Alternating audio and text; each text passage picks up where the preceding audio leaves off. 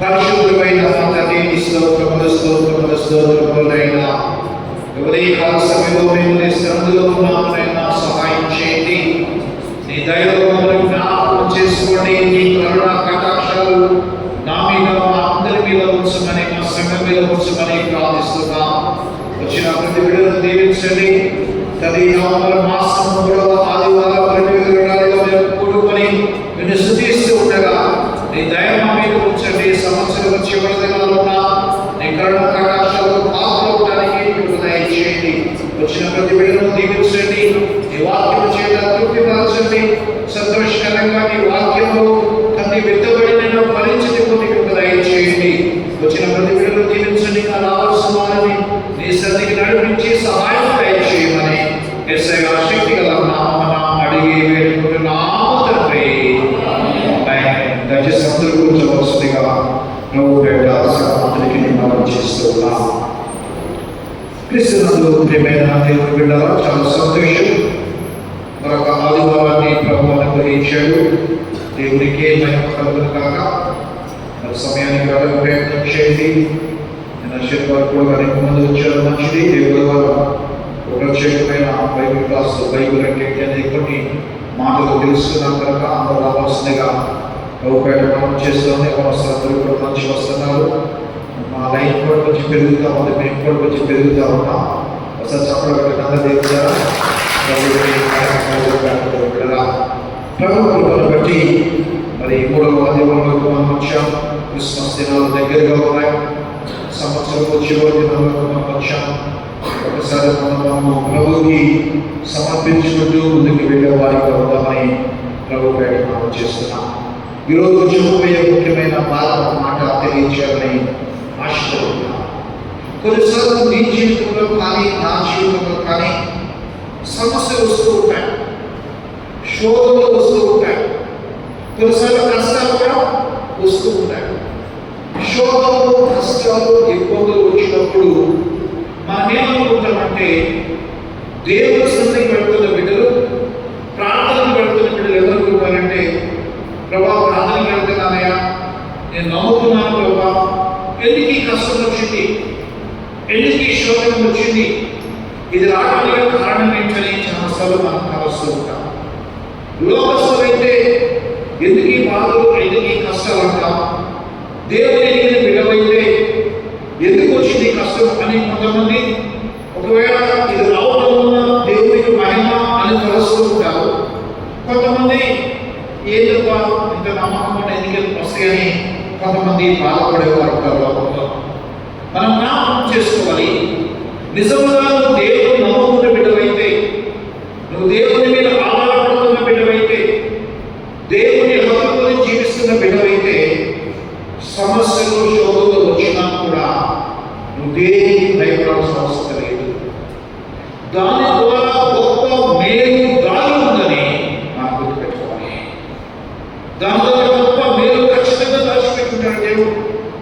ఎందుకంటే నువ్వు దేవుని అంగీకరించావు కాబట్టి నీ జీవితం అంతా దేవుని చేతిలో ఉంది, నీ యొక్క జీవిత విధానం అంతా దేవుని చేతిలో ఉంది. కాబట్టి ఏది జరిగినా ప్రభు చిత్తానుసారంలో జరుగుతుంది, దేవుని ప్రణాళికలో దేవుని ప్లాన్లో జరుగుతుందని మనం గుర్తుపెట్టుకోవాలి.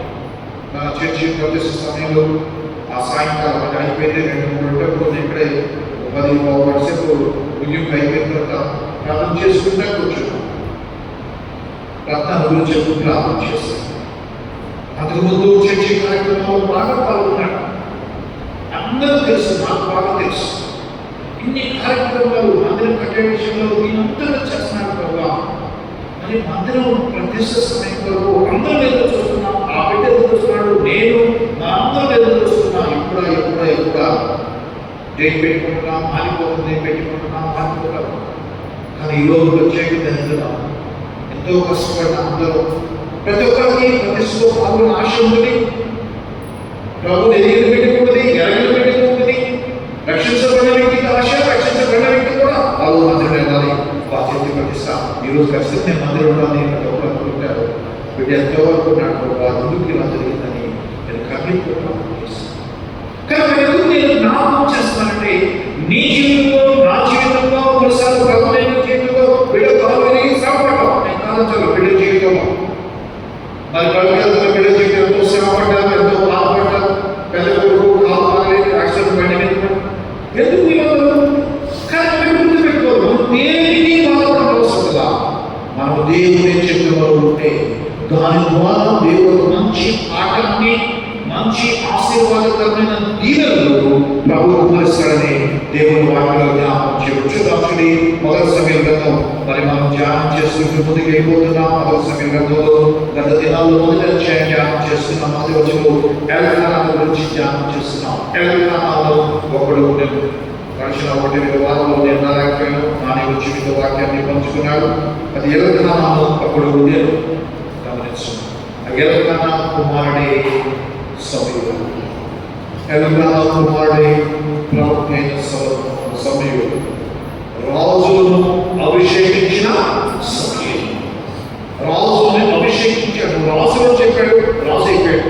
ఒక మాట రాయబడుతుంది చూడండి, ఆ మొదటి అధ్యాయంలో చూసినట్టే ఆ కొన్ని మాటలు మనకి అక్కడ కనపడుతున్నాయి.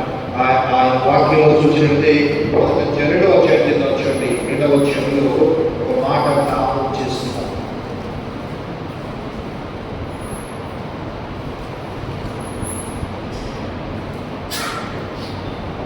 మూడో అధ్యాయం మొదటి సమయం 3వ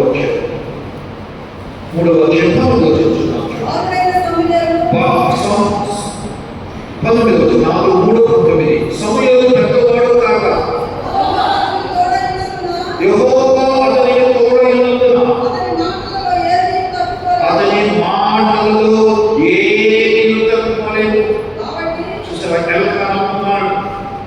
అక్కడ రాయబడ్డ మాట, సమూయేలు పెద్దవాడు కాగా యెహోవా అతనికి తోడైనందున అతని మాటలలో ఏది. కాబట్టి సమూయేలు యెహోవాకు ప్రవక్తగా స్థిరపడెను.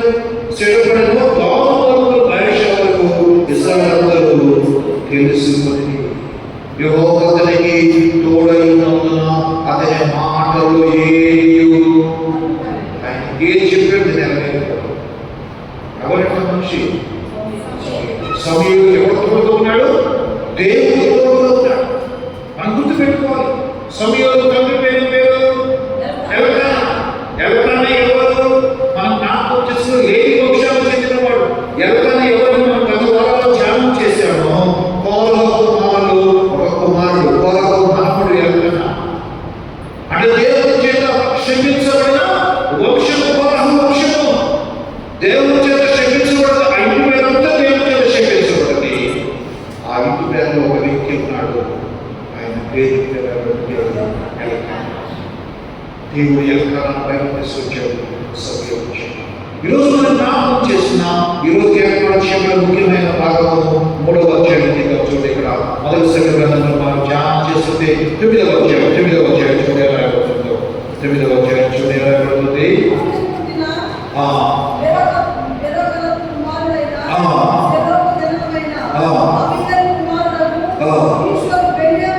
కీషు అను బెన్యామీనుడు ఒకడు ఉండెను.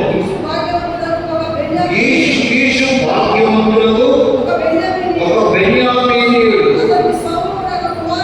అతనికి సౌలు అను ఒక కుమారుడు ఉండెను. అతడు ఒక సౌందర్యము గల యవనస్తుడు. ఇశ్రాయేలు అతనికి సాటిపడు సుందరుడెవడును లేడు. అతడు భుజమును మొదలుకొని పైకి ఇతరుల కంటే ఎత్తుగలవాడు.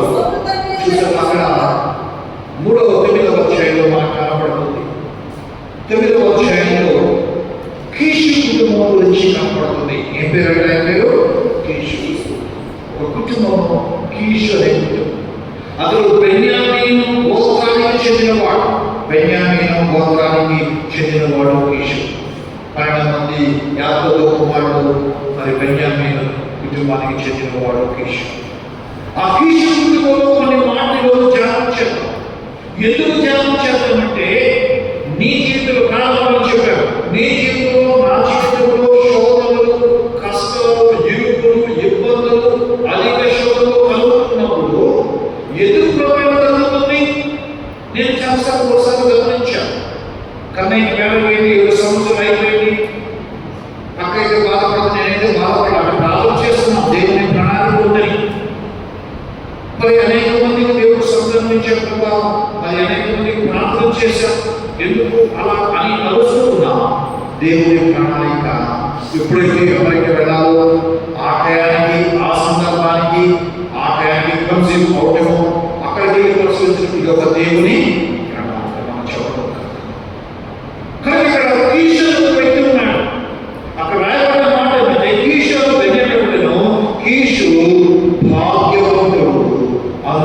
కీషు భాగ్యవంతుడు ఒక బెన్యామీనుడు. అతనికి సౌలు కుమారుడు. అతను ఓ సౌందర్యము గల యవ్వనస్తుడు.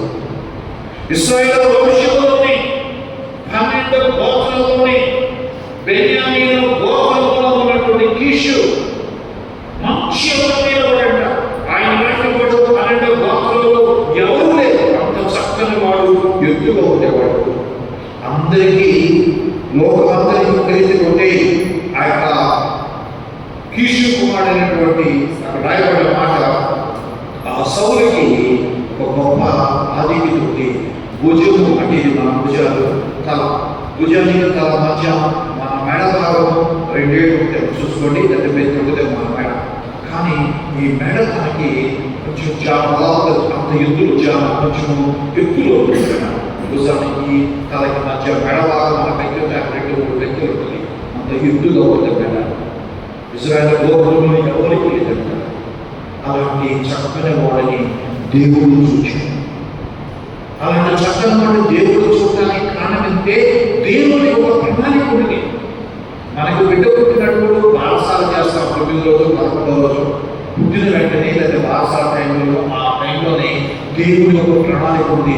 ఈ బిడ్డలు ఇలా ఉండాలి, ఇలా ఉండాలి, ఇలా ఉండాలి, ఇలా ఉండాలి, పిల్లవాలి, ఎంతమంది పిల్లలు, ఎంతమంది మానవులు, మానవాళ్ళు మనకు తెలియదు. ఒక ప్రణాళిక నీ జీవితంలో నాకు ఒక ప్రణాళిక ఉంది.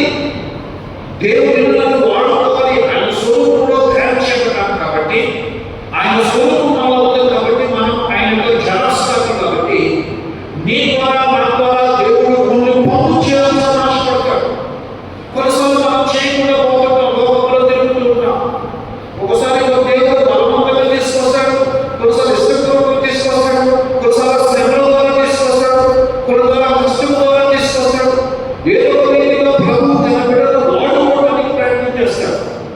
ఇక్కడ వాక్యంలో ఏంటంటే కీషు కుటుంబం, బెన్యామీను కుటుంబంలో కీషు అనే వ్యక్తి యొక్క కుటుంబం మీద, బెన్యామీను జాతి మీద, ఆయన కుటుంబాల సౌలు మీద దేవుడు దృష్టి పడింది.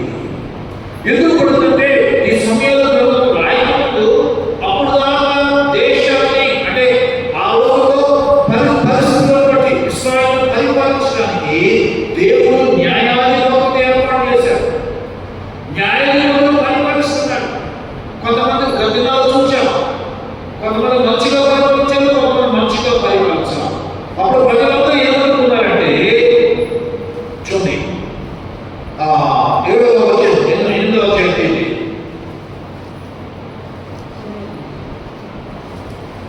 8వ వచనం 8 మొదటి సంఘం 8వ వచనం వారు నన్ను విసర్జించి ఇతర దేవతల గురించి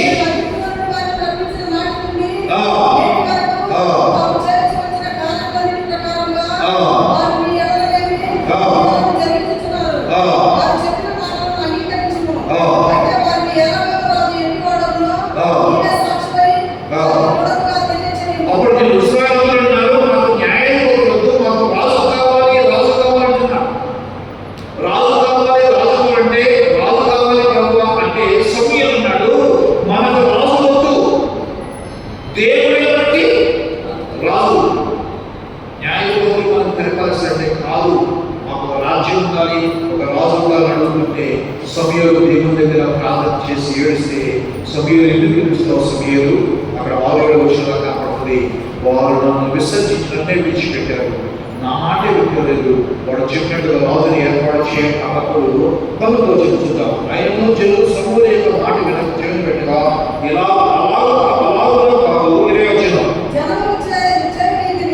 జనములో చేయలేనిది మేము చేయలేదు, మాకు రాజు కావాలి, మా రాజు మాకు న్యాయం తెచ్చు,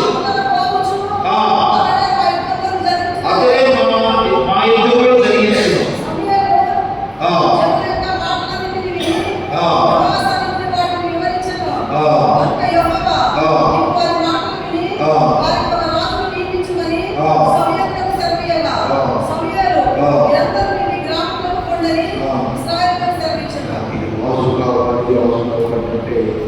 దేవుడు అన్నాడు వాడికి రాజుని ఏర్పాటు చేయండి అని చెప్తే సమయంలో మేము ఈ గ్రామానికి అన్నాడు, ఎవరిని రాజు ఏర్పాటు చేయాలి అని దేవుడు ఆలోచిస్తుంటే బెన్యామీను గోత్రం మీద దేవుడు దృష్టి పడింది. దేవుడి స్తోత్రం. బెన్యామీను గోత్రంలో కీషు కుటుంబం మీద పడింది. కీషు కుటుంబంలో ఉన్నటువంటి సౌలును దేవుడు మొదటి రాజుగా ఏర్పాటు చేస్తున్నాడు, మొదటి రాజు. అయితే రాజుగా దేవుడు ఏర్పాటు చేసుకున్నాడు. అయితే రాజుగా అభిషేకించబడాలి అంటే ఆయన రాజుని డిక్లేర్ చేయాలి, రాజుని ప్రకటించాలి, రాజుని అభిషేకించాలి సమయం. ఇవన్నీ ఎలా జరగాలి? నీ జీవితంలో నా జీవితంలో కొన్ని మేలు జరగాలంటే ఎలా జరగాలి? కొన్ని పద్ధతులు జరగాలంటే ఎలా జరగాలి? దేవుని ప్రణాళికలు ఇప్పుడు మనం జ్ఞాపకం చేస్తున్నాం. ఎన్నో వచనము 3వ వచనం నుంచి 10వ భాగం ధ్యానం చేద్దాం. చూడండి, సౌలు తగిన కీషు యొక్క గాఢతలు తప్పిపోవాలి. కీషు తన కుమారుడు సౌలును పిలిచి తన దాసుల్లో ఒకరు తీసుకుని అంటే కీషుకి చాలా ఆస్తులు గాడిదలు చాలా ఉన్నాయి. గాడిద అయితే ఒక దినము సౌలు కుటుంబంలో తన తండ్రి కీషు యొక్క గాడిద తప్పిపోయినాయి, కనపడుతుందా? ఇంతకుముందు పశువు పోయి అక్కడక్కడ కనపడుతుంది, దగ్గరికి కూడా అనుకుంటారు కదా, అక్కడక్కడ కనపడుతుంది. అలాగా కీషు యొక్క గాడిదలు పని గాడిదలు పోతే ఏం చేశాడు? తన కుమారుడు వచ్చి అయ్యా మన గాడిదలు పోయినాయి, మన పని వాళ్ళకు తీసుకుని పోయి గాడిదలు వెతకండి. అతడు పోయి ఎఫ్రాయిము మన్యంలో తిరిగి ఎఫ్రాయిము మన్యంలో కనబడలేదు,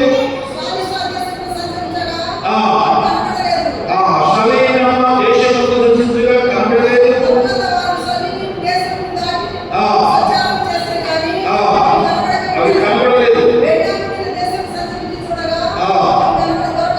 బెన్యామీను దేశం చూశారు, 2-3 దేశాలు బెన్యామీను చూశారు, షౌలు దేశం చూశారు.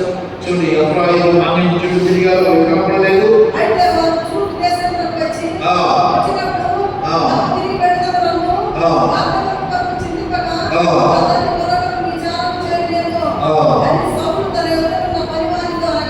చూసావా, ఎందుకు ఈ మాట నేను గుర్తుపెట్టుకున్నా?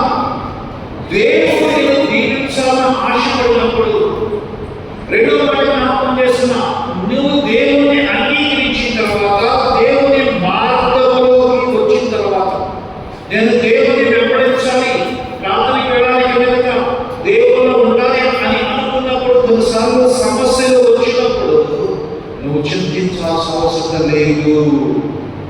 నీ మీద దేవుని ప్రణాళిక ఉంది.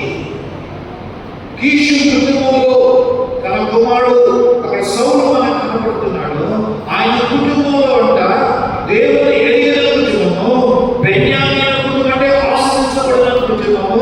బెన్యామీను మీద దేవుని కృప ఉంది. ఆ కుటుంబంలో దేవుడు ఆయన అక్కడ రాయబడిన మాట, అతడు భాగ్యవంతుడు. అయితే ఆ కుటుంబంలో ఏంటంటే గాడిదలు తప్పిపోయినాయి. గాడిదలు తప్పిపోయాడు సౌలు. సౌలుతో పరిమాణం తీసుకెళ్ళాడు. అక్కడ రాయబడి బెన్యామీను ప్రాంతం రాయబడింది. ఇంకా అక్కడ రాయబడి చూసినట్టే అక్కడ ఎఫ్రాయిము మాన్యమంటాడు. షాలీనా దేశం చుట్టూ తిరిగాడు. ఆ ప్రాంతం ఎక్కడ కనపడకపోతే, 2-3 దేశాల దగ్గర కనపడకపోతే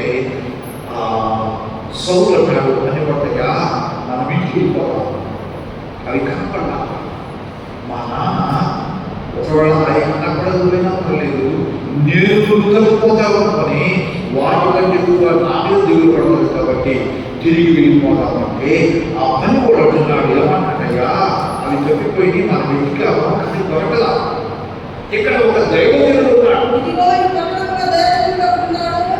చూడు, ఇదిగో ఈ పట్టణంలో దైవజనుడు ఉన్నాడు. అతను ఏ మాట చెప్పు ఆ మాట నెరవేరు. మనం వెళ్ళవలసిన మార్గం మనకు తెలియచేయడం కోసం వెళ్ళని చెప్పాను. అక్కడ ఒక దైవజనుడు ఉన్నాట. అది ఎలాంటి వాట? బహు గనుడు. ఆయన దగ్గరికి పోరా. ఆయన దగ్గరికి పోయి ఆయన అడుగుతాం, అయ్యా అక్కడికి పోయ్యా నువ్వు వెతుకుతున్నా కనపడలేదు, ఏం చేయాలో ప్రార్థన చేయి, ఏ దిక్కుపోమంటావు అని అడుగుతాం. ఆయన చెప్తాడు, అలా దిక్కుకొని ఆయన దగ్గరికి పోతే అలా ఆయన ఏమంటే నెరవేరుతాయిగా అని అంటాడు. ఆ గురుడైనటువంటి దైవజనుడి పేరు సంగీతం. ఇంతకుముందు వచ్చిన చదువుకున్నాక అతను దేవుడు తోడేది కనుక అతను నోటి ఏ మాట వచ్చినది నెరవేరుతుంది. అది ఖచ్చితంగా నెరవేరుతుంది. ఆ మాట మనోడు తెలుసుకుని తన దాసుడైనటువంటి సౌలుకు చెప్తే సౌలు ఏమన్నాడు చూడండి, అందుకు సౌలు మనం వెళ్ళినా మనం ఆయన దగ్గరికి వెళ్ళి ప్రార్థన చేయొచ్చు. ఏదో ఒక కానియాలి కదా, ఏదో ఒక బహుమానం కదా. మనం దాదాపుగా ఆదేశం ఎన్నాడు తిరిగారు మనకి 2 నెలలు తెలియదు మనకి. మన డబ్బులు నడిపోయి ఏం చేయాలి, కానియాలి కదా. మన దగ్గర భోజన పదార్థం ఆ దైవానికి బహుమానం తీసుకెళ్ళు. మనకేమీ లేదు.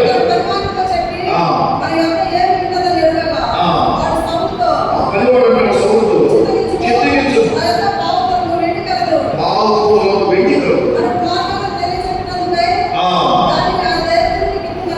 మన మార్గము తెలియచేయుటకై ఆ దైవజనుడి యొద్దకు వెళ్ళిపోతాం. నా దగ్గర పావులకు వెండి ఉందయ్యా, అది కానుకైద్దాం అని ఇద్దరు కలిసి దైవజనుడి దగ్గరికి వచ్చారు. ఎందుకు వచ్చారు? వారి యొక్క గాడిదలు తప్పిపోయి వాటి గురించి తెలుసుకోవడానికి వచ్చాడు. ఈ దేశం అంతా తిరుగుతూ ఉన్నాడు. అనేక ప్రాంతాలు ఎక్కడ చూసినా కనపడదు. తిరిగి పోదామనుకున్న వాళ్ళ మీద వెళ్ళిపోతాం. మా నాన్న గాడిదల మీద పోయి నా పొడుగు తగ్గిపోతాడని చెప్పేసి నా గురించి బెండ పెట్టుకుంటాడేమని తన దాసులు చెప్తే, అయ్యో వాళ్ళ ప్రియం ఇక్కడ ఒక దైవజనుడు అతనితో మాట్లాడదామని ఏమన్నా ఏళ్ళు మన దగ్గర నా దగ్గర ఉందని వెళ్ళి అక్కడ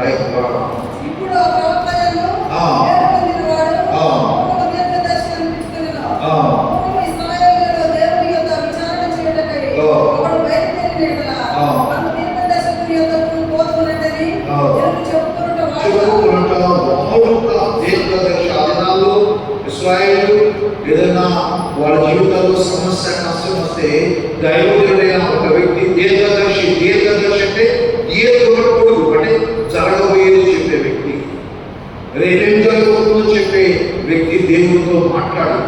అలాంటి వ్యక్తి దగ్గరికి వెళ్ళడం ఆ దినాల్లో వాళ్ళకి వాడు కంటే క్రమం అలా చేసేవారు. అది ఇశ్రాయేలు. సౌలు నీ మాట మంచి దయచేసి మా విడుదల నమ్మగా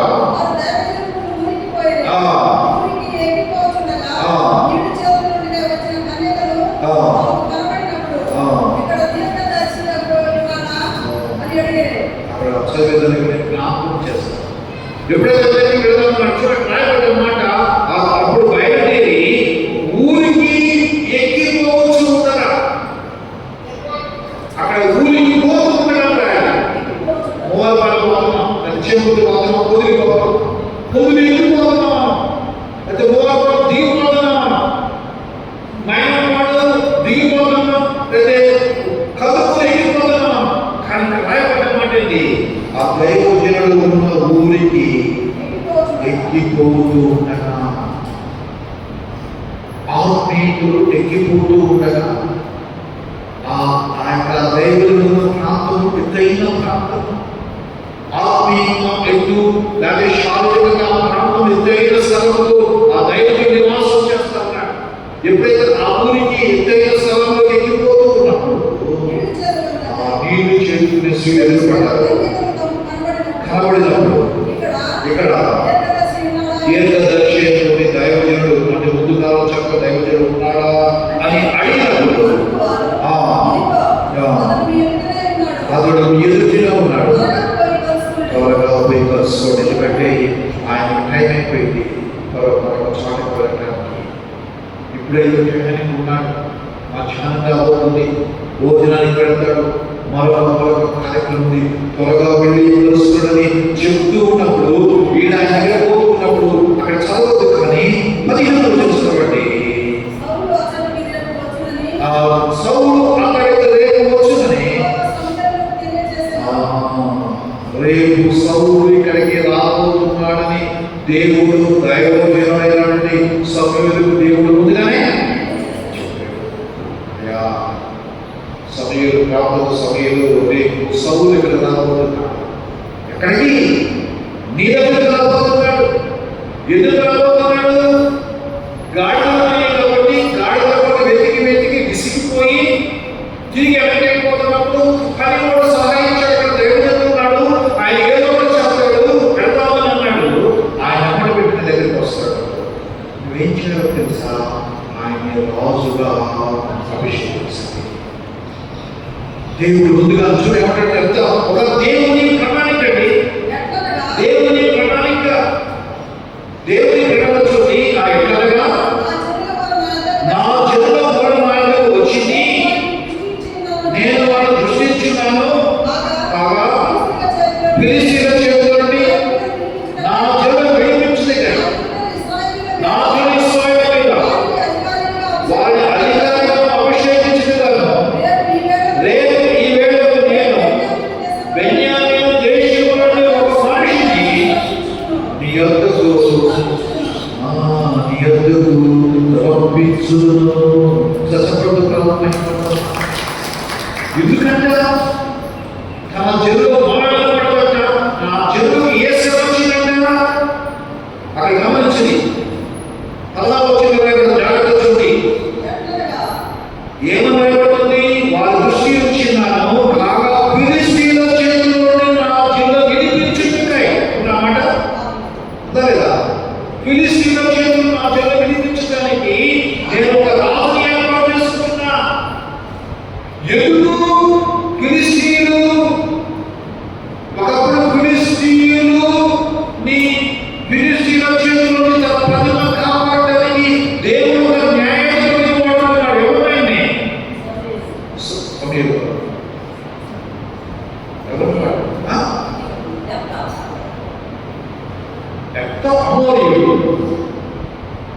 ఎవరైనా సంసోను ఫిలిష్తీయుల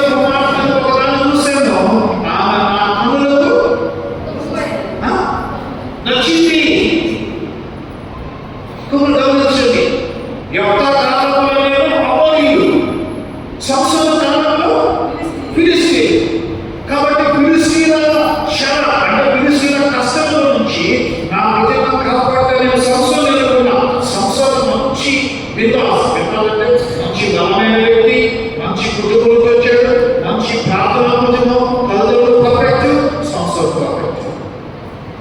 కానీ పడిపోయాడు. ఆ చిత్తాన్ని నెరవేరుస్తా. పడిపోయిన ఎడకాల కుటుంబం, అంటే దేవుడి చేత శిక్షించబడిన ఎడకాల కుటుంబం, కుటుంబం పడిపోయిన కుటుంబం, సంస్థల కుటుంబం. పడిపోయిన కుటుంబం మంచి కుటుంబంతో ఒక వ్యక్తిని తీసుకొస్తే పడిపోయాడు. చెడ్డ కుటుంబంతో ఒక వ్యక్తిని తీసుకొచ్చాడు. ఎవరిని? ఎడకాలను సమయంలో తీసుకొచ్చాడు. సమయంలో ఇప్పుడు ఏం చేస్తామంటే, రేపు టయానికి నా ప్రజలు విన్నా వారిని కాపాడటానికి ఫిలిస్తీన్ల చెట్లు నా ప్రజలు విడిపించుతాయి. నా జనులు ఇస్రాయేలు నాలుగు ఇస్రాయేలు మీద ఆ వారిని అధికారిగా అభిషేకించిన కాదు. రేపు వేళ బెన్యామీను దేశంలో ఒక మనిషిని ఎదుర్కొని రప్పించడం. సౌలు సమయంలో నిలబడగానే ఇతడే నేను నీకు చెప్పిన మనిషి, ఇదిగో ఇతడే నా జీవనంలో ఏలునని అతనితో సెలవిచ్చాను. చెప్పగలమా? ఎప్పుడైతే సౌలు వచ్చాడో, గాడిద కసరడానికి వచ్చాడో, అంతకుముందు చెప్పాడు దేవుని పంపిస్తున్నానని ఒకరు ముందుగా దేవుడు చెప్పెట్టాడు. ఎవరికి? సమయంలో. ఎప్పుడైతే సౌలు వచ్చాడు, వెంటనే ఏమన్నాడు తెలుసా? ఇతడే సౌలు సమయంలో కనబడగానే యెహోవా ఇతడే నేను చెప్పిన మనిషి, ఇదిగోటిదే నా జనులు ఏలునని ఇతడే కనపడలేదు. సమయలేమన్నా ఒక దూత, సమయలు దూత, సమయలు దేవుడు కాదు, సమయలు యేసు ప్రభువుగా దేవుని కుమారుడు కాదు, సమయలు పైనుంచి ఊడిపడే ఒక ప్రత్యేకమైన అలవాట్లు సమయంలో లేవు. సమయంలో ఎలాంటి వాడు గుర్తుపెట్టుకున్నాయి. ఇదే కాలం నీవు నేను ఎలాంటి వాళ్ళము, సమయం కూడా.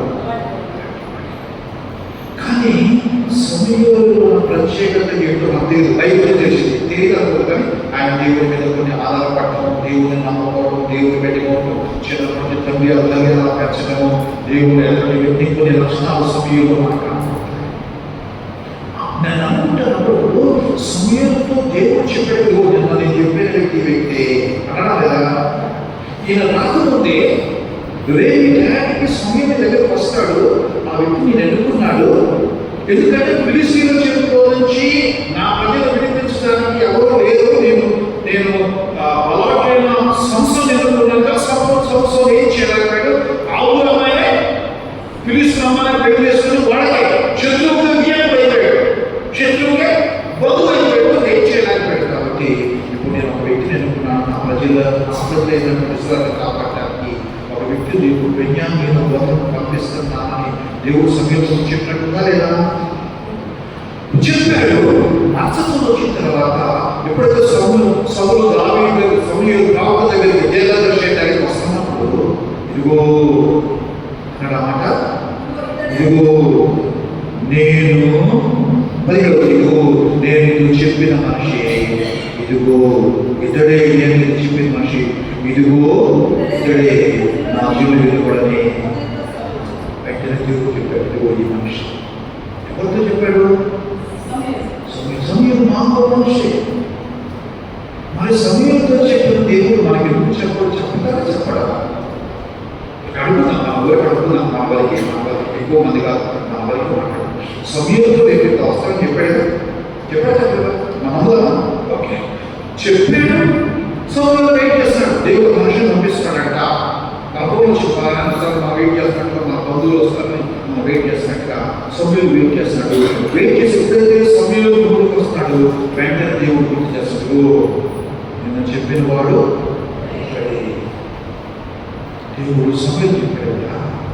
దేవుడు నాతో చెప్తాడా చెప్పరా? గుర్తుపెట్టుకున్నా. ఆయన మనతో హైగా మాట్లాడితే మన స్థితి, మన లెవెల్స్ ఏ రీతిలో ఉంటాయి. సమయం వస్తుంది. కానీ ఒక మాట చదువుతుంది. ఇప్పుడు ఒక మాట చదువుతున్నాం. ఎక్కడ చదువుతున్నామంటే ఒక మాట అక్కడ జనవరి 9వ అధ్యాయం అలాగా వచ్చి అధ్యాయంలో మాట చదువుతున్నాం.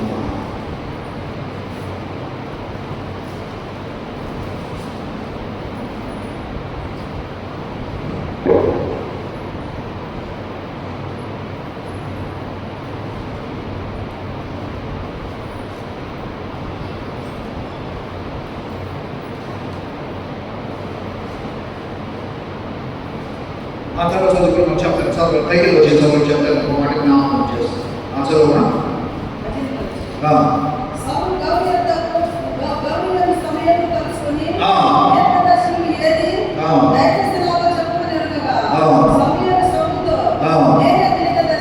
నేనే దీర్ఘదర్శి.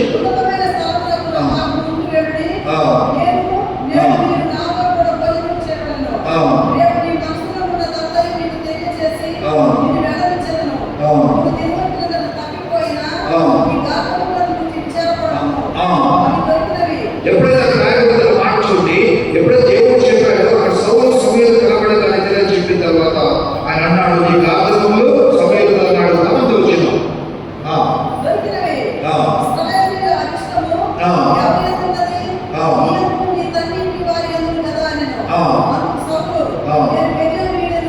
ఏమేమి వచ్చిండు? నేను బెన్యామీయుడను కానా, గోత్రం ఇశ్రాయేలు ఇంటి వారు అల్పమైనది కాదా, నా ఇంటి వారందరూ అల్పులు కాదా?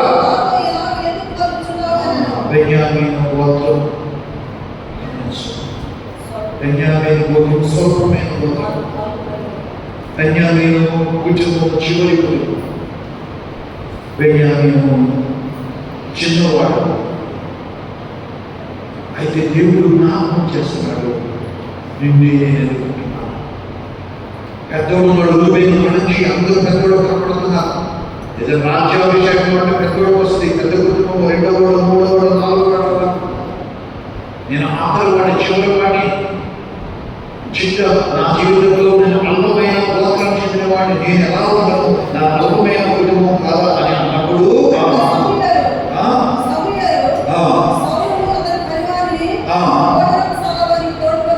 తోడుకొని పోయి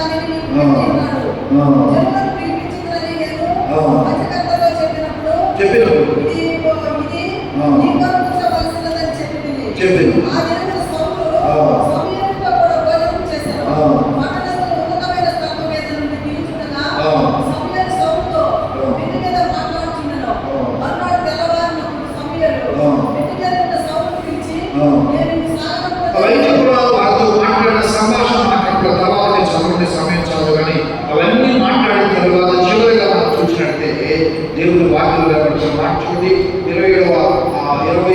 27వ వచనం చూద్దాం. ముందుగా చెప్తున్నాడు, నేను 2 నెలల ఏం జరుగుతుంటే 20వ చదువుకుందాం. సమయం చూడు, మమ్మల్ని కలుసుకునే కాలం దాల్చిందబట్టి కాబట్టి జనులు పిలిచేందుకు ఉత్తరమించను. ఆ దినం సమయం 2వ వచనం, ఆ దినం సౌలు సమయంతో కూడా భోజనం చేశాను. ఆ పట్టణస్థులు దిగుచుండగా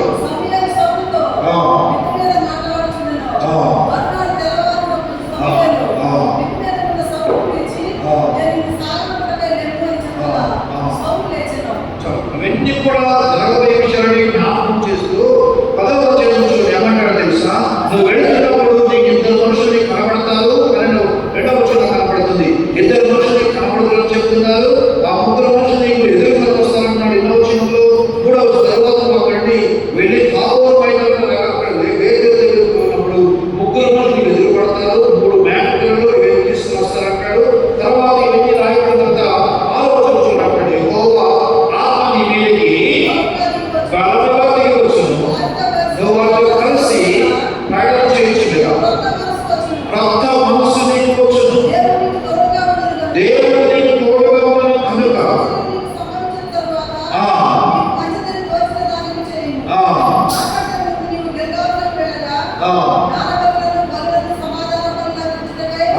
దయచేయగా నేను నీ ఎదురుకు తిరిగి వద్దును.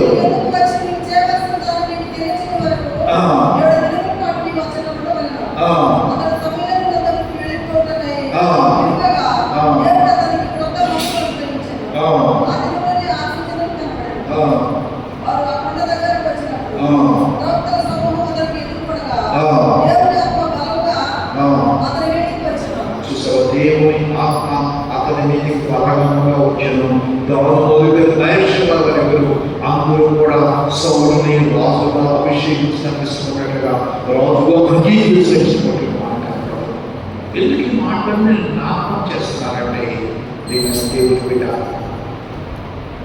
దేవుడు సౌలుని రాజుగా ఏర్పాటు చేసుకోవడానికి దేవుడు మొదటిగా రోజులు వచ్చేసాక గాడిదలు తప్పిపోయినాయి. గాడిదల కోసము ఆ దేశాలన్నీ తిరగాలి, ఆ పరిస్థితులన్నీ తెలుసుకోవాలి. ఎక్కడ ఎలాంటి పరిస్థితి, ఆ దేశం, ఆ ప్రాంతం, అక్కడ దేశాలు వేరు రాస్తారు, అన్యాలు వేరు రాస్తారు, అవన్నీ చూసి అక్కడ పరిస్థితి తెలుసుకున్న తర్వాత దేవుడు ఆ బిడ్డని ఎవరి దగ్గరికి పనివాడు చెప్పినట్టుగా దీర్ఘదర్శి అన్న సమయంలో దగ్గరికి పోవటము, సమయంలో పంపించబడి అక్కడే పెట్టడము, సమయంలో కలిసి చేయడము, ఆయన రాజుకు అభిషేకం, ఇవన్నీ కూడా ఒక ప్రణాళిక ప్రకారంగా దేవుడు ఏర్పాటు చేశారు. అదే గాడిదలు అనుకుంటే అక్కడ పోయేవాడు కాదు. ఆయనకి కష్టం రాకపోతే, ఆ మంద గాడిద మంద పోకపోతే ఆ దేశాలనే తిరిగేవాడు కాదు, అవన్నీ తెలుసుకునేవాడు కాదు. కనుక ఎప్పుడైతే రాజు అభిషేకించడానికి ఆ సౌలు అవడానికి మొదటి పెట్టినట్టే కష్టము, తన జీవితంలో కుటుంబంలో గాడిదలపై కష్టము, అవన్నీ వెతుకుతూ తిరుగుతూ ఆయన పెట్టినటువంటి సౌకర్యాలన్నీ పోగొట్టుకొని ఆ దేశం తిరుగుతూ తిని తినక అక్కడక్కడ పడుకుంటూ పనివాడు కలిసి ఎంతో ప్రయాసపడ్డారు. ప్రతిఫలంగా ఆ దేశానికి రాజుగా దేవుడిని ఏర్పాటు చేశారు. ఆయన అనుకోవచ్చు, మాకెప్పుడు గాడిదలు పెట్టి అనుకోవచ్చు, కానీ ఆ కష్టం ద్వారా తీరిన ఆయన సమయంలో రక్తాన్ని మామూలు పోగొట్టే వాడు, నేను లాగా ఏర్పాటు చేస్తున్నాడు. అక్కడ పోయినప్పుడు బెన్యామీను గోత్రంలో చిన్నవాడంటున్నాడు, అయినా పర్వాలేదు దేవుడు ఏర్పాటు చేస్తున్నాడని సమయంలో ఒకసారి మీ జీవితంలో సమస్యలు నీవు ఎగినవా, సమస్యలు కనపడుతున్నాయా, ఆర్థిక ఇబ్బందులు కనపడుతున్నాయా, బలహీనతలు కనపడుతున్నాయా, లేకపోతే అవమానాలు కనపడుతున్నాయా, పర్వాలేదు. దేవుని ప్రణాళికలో ఉన్నాం, దేవుని చిత్తంలో ఉన్నాం. ఆ కలవలేని ఏది జరగదు. సమయంలో దేవుడు ఎంత చక్కగా మాట్లాడు. సమయం మాట్లాడే సమయం మనుషులు ఒకటే, కానీ ఒక వచ్చిన చరిత్ర టైం లేకపోతే వచ్చే వాళ్ళు నేను జ్ఞానం చేస్తాను. సమయంలో అన్నాడు, సమయంలో నీ బిడ్డలు ఎలాంటి నామస్తులు కాదు. బిడ్డలు సరిగ్గా తెలుసుకోలేకపోయాడు. సమయంలో దీర్ఘదర్శి దేవుడు మాట్లాడాడు. మామూలు మాట్లాడాడు. నువ్వు మంచిగా తెలుసుకుంటా, నీ బిడ్డలు మంచిగా తెలుసుకుంటా. ఆ మాట మనం ఇక్కడ ఉండి చెప్పకూడదు, కానీ ఎందుకు ప్రభు మాట రాయించాడంటే ఆయన మానవుడు, మనము మానవుడే. ఆయన మానవుడు మంచిగా తెలుసుకోగలుగుతున్నాం. దేవుడు ఆ సమయంలో ప్రవక్తగా వచ్చాడు, యాజకుడు అనేక అభిషేకించాడు. తన కొడుకులు దేవుడు పక్కన పెట్టేసి ఇద్దరు కొడుకులు తీవ్ర కాల కొడుకులు తల్లిలాగా వాడకుండా తల్లి చేసిన వృత్తి కొడుకులు చేయాలి.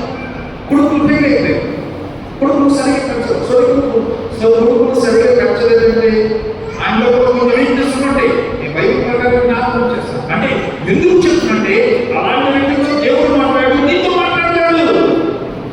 ఆయన పెద్దలు వచ్చింది కాదు, నీవు కూడా దేవుని కృపను బట్టి నీ జీవితం కూడా ఆయన ఏ రీతిలో దేవుని మీద ఆధారపడ్డాడు, నీవు కూడా దేవుని మీద ఆధారపడితే దేవుడు నీతో మాట్లాడతాడు. నీ సమస్యలు తీరుస్తాడు, నీ ఆర్థిక ఇబ్బందులు చేయడం కావచ్చు, అన్నింటిలో సహాయం చేస్తాడు. మనం సంపూర్ణంగా దేవుని మీద ఆధారపడి ఆయన ఇష్టమైన బిడ్డగా మనం జీవించాలి. ఎన్ని వచ్చినా కూడా మనం దేనికి చింతించాల్సిన అవసరం లేదు. దేవుడు ఒక ప్రణాళికలు, ఒక ప్లాన్లో నన్ను నా కుటుంబాన్ని నడిపిస్తూ ఉన్నాడు. నేను దేవుడిలో ఉన్నాను, నా కుటుంబం దేవుడు ఉంది, నేను దేవుడి మీద నేను ఆధారపడ్డాను కాబట్టి ఏది జరిగిన దేవుడు చెప్పాడు కాబట్టి శ్రమలో పోతున్నామా, ఈ శ్రమల ద్వారా దీనిని దాచిపెట్టాడు దేవుడు.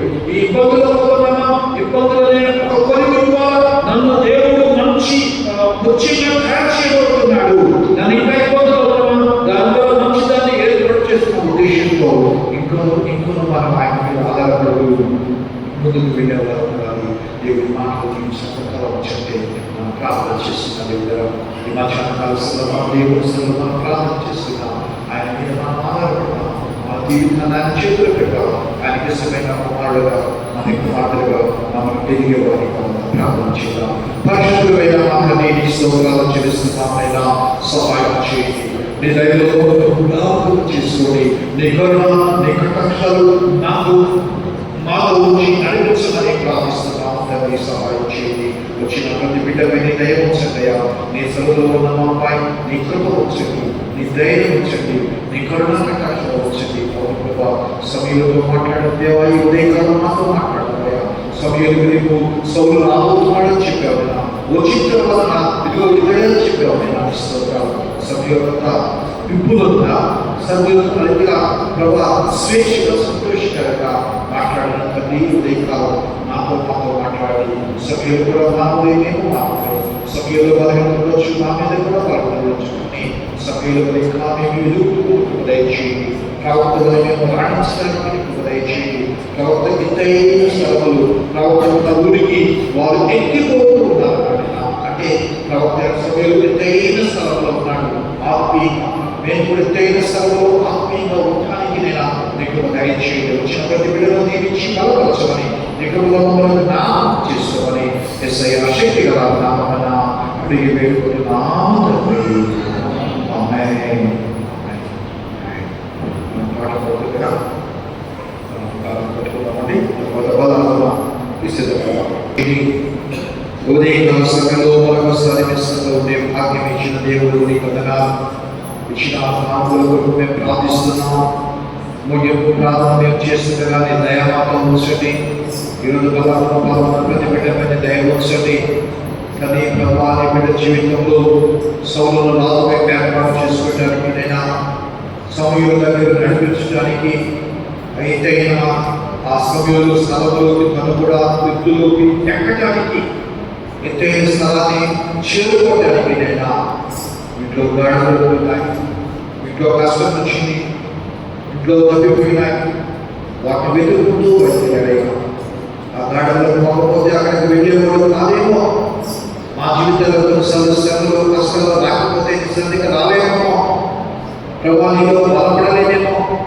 అవి మేము గుర్తెరిగినైనా ఇంట్లో నీకు సమీపంగా జీవించే వాక్యం దయచేయండి. దీవించుకొచ్చిన ప్రతి బిడ్డను దీవించదయా. రాలేని వారు ఒకసారి దాటానికి నీకు దయచేయండి. మీరే మహిమ, మీరే ఘనత, మీరే ప్రభావం జీవించుకోమని ఉదయకాలం దేవుడు మా మీద గురించి నడిపించడానికి సహాయం దయచేయమని ఎస్ఐ శక్తి గల నామమున అడిగి వేడుకుంటున్నాము తండ్రి. ప్రభు దేవుని ప్రార్థన ఆశీర్వాదం పాటుకోవడం దేవుని ఆంధ్ర తీసుకుని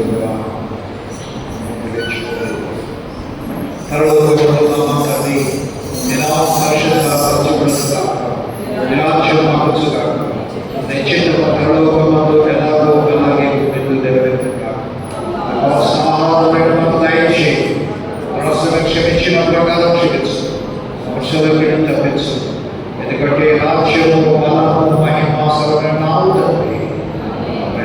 మన పరమ దేవుని ప్రేమయు మన ప్రభుని రక్షకుడైన యేసుక్రీస్తుకు వచ్చిన కృప పరిశుద్ధాత్మకరణ సహవాసము సమాధానం ఇప్పుడు ఎల్లప్పుడూ మరలా ఒకసారి మేము చేరుకు వరకు విసర్జన వచ్చిన ప్రతి బిడ్డను రాళ్ళ ప్రోత్సాహానికి మా సగమంతుని పైన మా పరిచయం పైన సదాకాల సన్నిధితో నడిపించబడును.